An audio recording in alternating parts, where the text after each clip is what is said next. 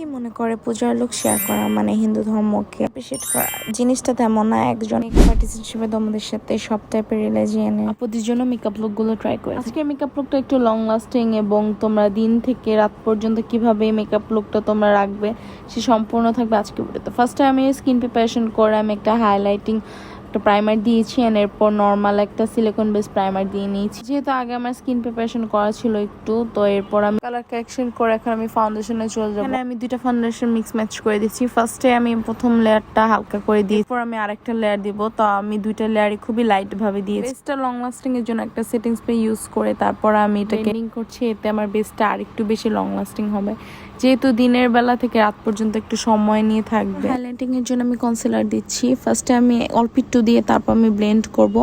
একসাথে দিলে দেখা যেতে পারে আমার ওভার ড্রাই হয়ে যেতে পারে, তো সেখানে ব্লেন্ড করা কষ্ট হইতে পারে। আমি জিনিসটা ধাপে ধাপে দিয়ে তারপর আমি ব্লেন্ড করতে, যেহেতু আমার ড্রাই স্কিন তো আমার একটু প্রবলেম হয়, তো সেক্ষেত্রে আমি এখন এই টেকনিক ইউজ করি, তো আমার আর কোনো প্রবলেম হয় না। এরপর আমি পাউডার লক করে ফেলবো। মেকআপ সেট করার জন্য কিন্তু একটা ভালো লুজ পাউডার অনেক বেশি ইম্পর্টেন্ট। এখন বাকি যে পাউডারটা ছিল এটা আমি ঝেড়ে ফেলেছি।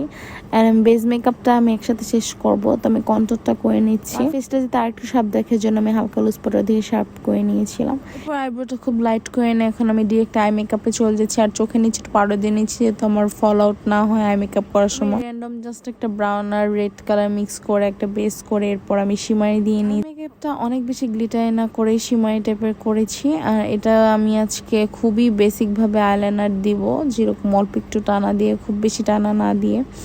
এরপর আমার চোখের নিচে মাস্কারা পরে নেব। অ্যান্ড আজকে আরেকটা পার্ট হচ্ছে যে আমি আজকে কোনো ল্যাশ পরবো না, উইদাউট ল্যাশ আজকে আমি আমার ফুল মেকআপটা শেষ করব। এরপর এক্সট্রা ব্রাশের নিচে যে একটু ব্রাউন কালার ছিল ওইটা দিয়ে আমি চোখের নিচে দিয়ে নিলাম। এরপর টিপটা পরে নিয়েছি। আমি ডিসাইড করতে পারতেছিলাম না লিপস্টিক কি কালার দিব। পরে আমি ভাবলাম আমি একটা লাইট কালার লিপস্টিক দেন, ওইটাকে লাইট করার জন্য আমি একটা কনসিলার সাহায্য নিয়েছিলাম।